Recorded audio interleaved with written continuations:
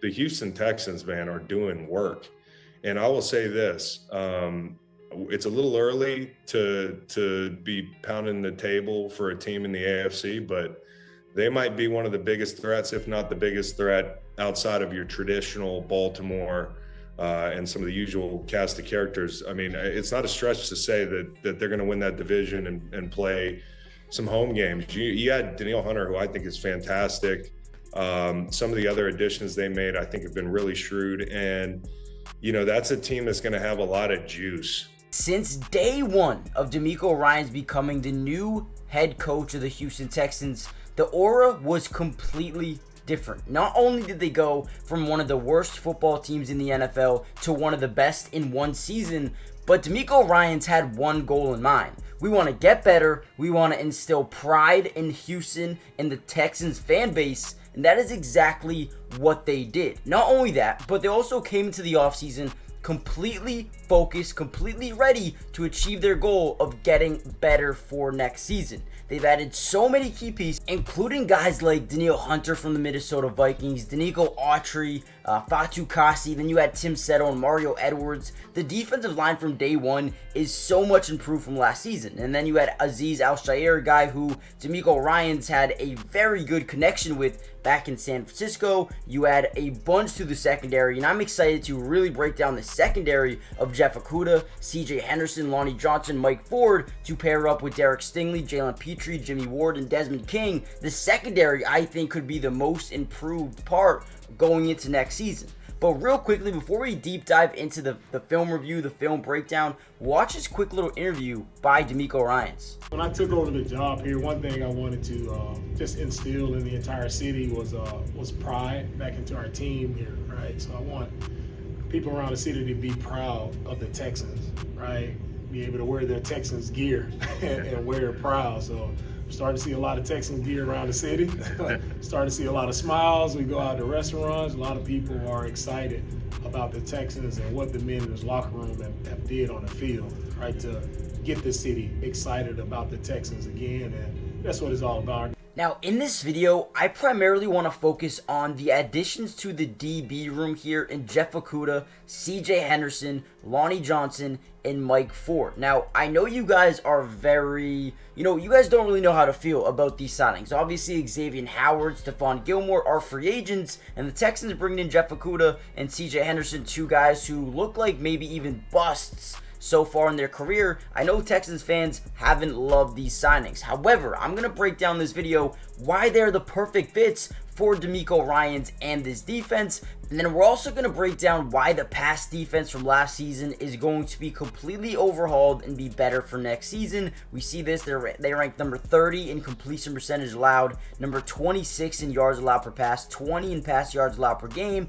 and number 15 in interception percentage. This secondary is a lot better than last season. I think they've made really good additions. Let's break down why Jeff Okudah, CJ Henderson, and some of these other guys are way better than you think. Now, the first thing you're going to notice about Jeff Okudah is he was a top 3 draft pick. I know what you guys are saying right now. You're like, why would we go out and get Jeff Okudah when he has showcased nothing but NFL bust written all over? Now, the one thing I will say about Jeff Okudah, the man plays football hard, was the number 3 overall pick, and is only 25 years old. What we're going to see here is Jeff Okudah lined up against DeAndre Hopkins. The one thing I love about Jeff Okudah is the read and react factor of his game. So right away, we're going to see, Kyler Murray in the shotgun, running back to his left, 2 wide receivers in front of DeAndre Hopkins, right? So the one thing we notice is boom, right? Read and react. We notice right away he is locked in on his man. We see him drop back just a little bit. We got to react. So boom, what does he do? Full sprint ahead. Let's get into the backfield and let's make a stop. Jeff Okudah is a very willing tackler.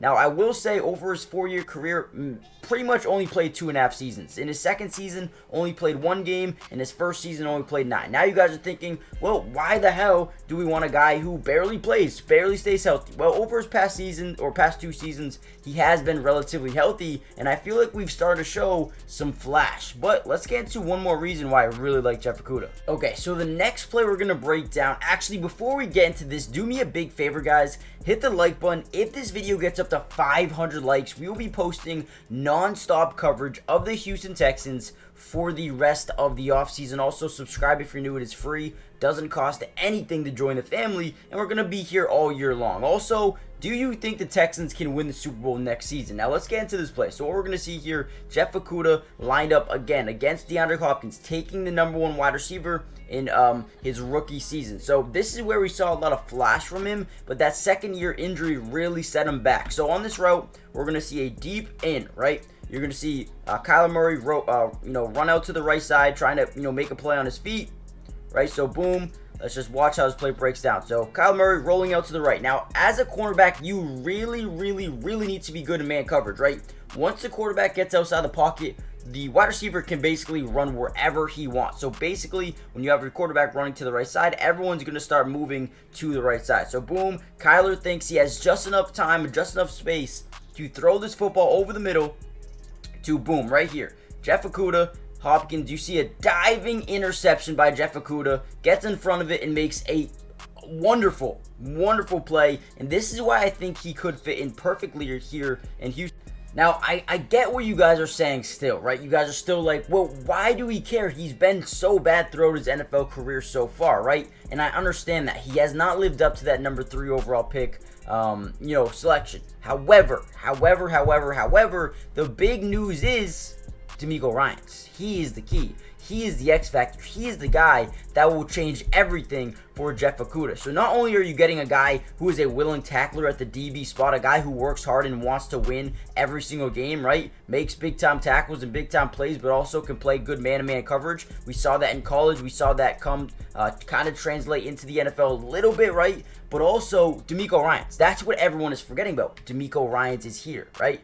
Now, the thing about DeMeco Ryans that you guys are understanding is, do you understand how good of a developer this man is? Do you know how good he is at putting guys in certain situations to win football games, but also just be their best self, right? We look at Jonathan Grenard coming off a career high, I believe 12.5 sacks or 10.5, whatever it was, right? You look at a guy like Blake Cashman, two guys who left in free agency, and I think both are in Minnesota now, right? But then Derek Stingley, he had a major year last year because DeMeco Ryans knows where to put him, knows how to play him, knows how to make him hit his top potential, right? Jeff Okudah, a former #3 overall pick, had all the talent in the world coming out of college. All the talent in the world, right? This man could be a big-time ball player. Here we see Aaron Rodgers throwing up a lob, right? Beautiful catch there, but Jeff Okudah comes in smartly, doesn't touch him, and boom, wraps him up. Gets the football out, boom, forced fumble. So, yes, he gets beat there, but also has the IQ, right? And not a lot of guys think about this mid-play, right? The guy catches the football. How can I still make this a positive play for my team? Well, let me go in and let me not touch him for a second. Let me wait until he gets up. That way I can make a play on the football. This is genius. This is genius. Gets in there. Right when he gets up, boom, let me rip it out, forced fumble. Football's loose, and they end up recovering it and winning the game. Guys, this is... Jeff Okudah might not be the perfect fit, but he is a guy that will play hard, he will play physical, and he will play at his top potential under DeMeco Ryans. And then you talk about CJ Henderson, and it gets kind of freaky because CJ Henderson and Jeff Okudah, both top 10 picks, both 6'1", both 205 pounds, both 25 years old. They're literally very similar, and they're both going to be here in Houston. Now, in this play specifically, you see CJ Henderson at the top of your screen here versus T.Y. Hilton. Was a couple of years ago, but CJ is very similar in terms of just hasn't lived up to the hype, but also a guy who couldn't really stay on the football field healthy, right? So, obviously, we need some more playing time by him. Makes a great play on the ball here, right? Quick little comeback for T.Y. Hilton. But look at CJ getting there at the most perfect time, breaks his pass up. I mean, I think very similar to Jeff Okudah. I think he brings the same aspect. Young, a former top 10 pick with all the potential in the world to be a very good corner in the league, and that's been something that people have been talking about for a long time, right? I feel like he's got that same potential. I feel like he's a guy that can come in here, fit under a system. You know, you talk about the Houston Texans last year. They needed some DB upgrades, but now you have, Derek Stingley, Jalen Petrie, Jimmy Ward, Jeff Okudah, Desmond King, and CJ Henderson's not going to be asked to come in here and be a day one starter. He might not even be a guy who gets on the field too much, but the thing we need to talk about is the potential. If he reaches the potential that we know he can, he is going to be such a big upgrade for this defense, as well as Jeff Okudah. And I know people are sitting out there, Texans fans are saying, why didn't we go get Xavier Howard? Why didn't we go and get Stephon Gilmore? Well, 1-year deal, cheaper, younger, potential, more potential right now than, even Xavier Howard, who is a good corner. Maybe slowed down a little bit this season, but Jeff Okudah and CJ Henderson, if they lock into their potential, if they tap into that potential, it's over. The Texans have 3 of the best corners in football, just looking at potential-wise, right? I'm not saying right away. But at the end of the day, I think CJ Stroud, this Houston Texans team, has gotten better. And then you talk about, the addition of Joe Mixon to their offense. I think that's huge. As you see CJ Henderson playing when you're in zone coverage here, your job is to read the quarterback's eyes real quick, and that's exactly what he did. Jumped the route, intercepts it, gets it to go. I mean, that's good football, right?